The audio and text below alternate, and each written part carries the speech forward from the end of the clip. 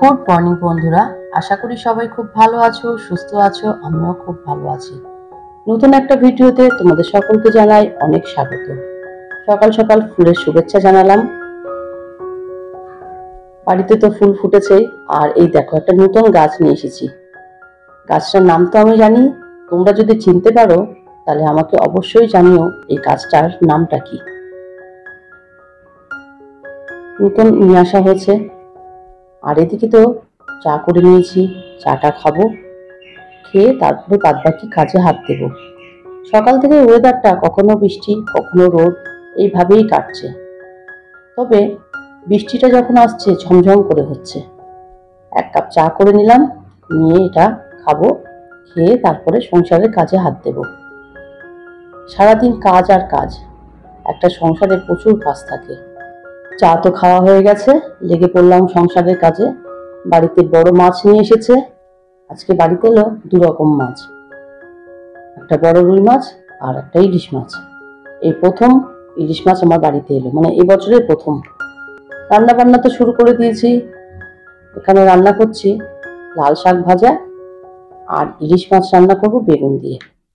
চলো, রান্না বান্নাটা পুরোপুরি তো শেয়ার করলাম না, কি কি রান্না করলাম সেটাই তোমাদেরকে দেখিয়ে নিই। ভাত, লাল শাক ভাজা আর বেগুন দিয়ে ইলিশ মাছের ঝোল করলাম।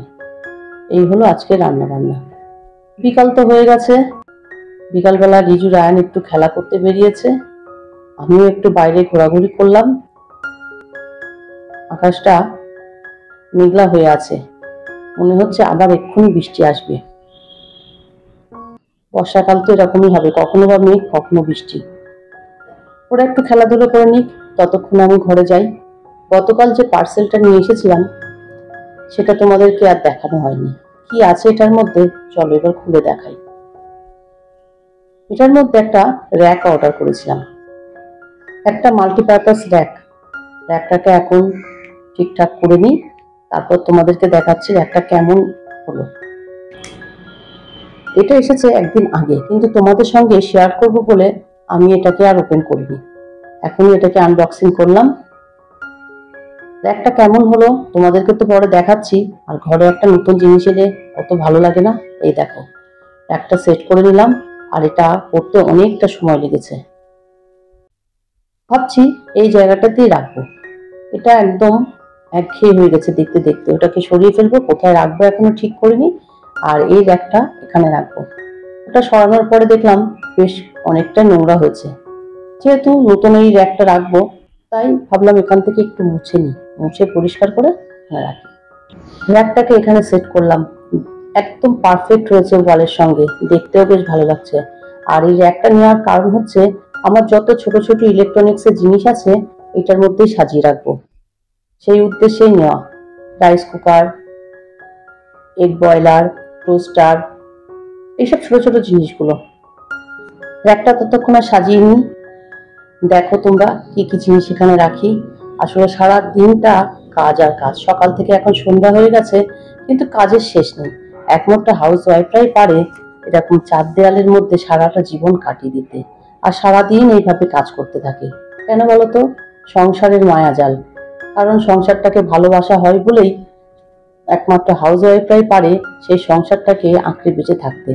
আর সেই সংসারে যদি ছোট ছোট নিত্য নতুন জিনিসের আগমন হয় তাহলে তো কথাই নেই, সেই সব নিয়েই খুশি থাকতে চায়। বিশেষ করে আমার মতন মেয়েরা বা গৃহবধূরা এইসব ছোটখাটো জিনিসেই কিন্তু খুশি হয়ে যায়। আর ঘর সাজাতে পারলে তো সব মেয়েরাই খুশি হয়। দেখো জিনিসটা নিয়ে এলাম, এখানে সাজাতে শুরু করেছি।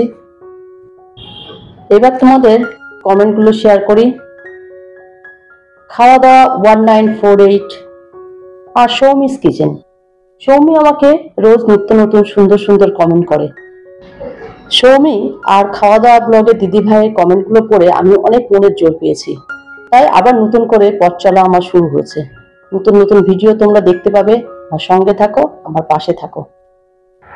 কথা বলতে বলতে র্যাকটাও সাজানো হয়ে গেছে। তোমরা দেখে বলো তো আমার র্যাকটা সাজানো কেমন হয়েছে। অবশ্যই কমেন্ট করে জানিও দেখতে ভালো লাগছে কিনা। যাই হোক, এবারে চলে আসবো একটু অন্য প্রসঙ্গে। বিগত কয়েকদিন ধরে বাংলাদেশের বর্তমান পরিস্থিতি খুবই খারাপ। বাংলাদেশে অনেক আত্মীয় পরিজনও আমার আছে, এমনকি ইউটিউবের অনেক পরিবারের সদস্য বাংলাদেশে থাকে। তাই উপরওয়ালার কাছে এই প্রার্থনা বা এই দোয়াই করি যে বাংলাদেশের পরিস্থিতি সুস্থ স্বাভাবিক হয়ে যাক, সবাই ভালো থাকুক, সুস্থ থাকুক, এটাই চাই। এই সকল পরিস্থিতি থেকে সকলেই মুক্তি পাক।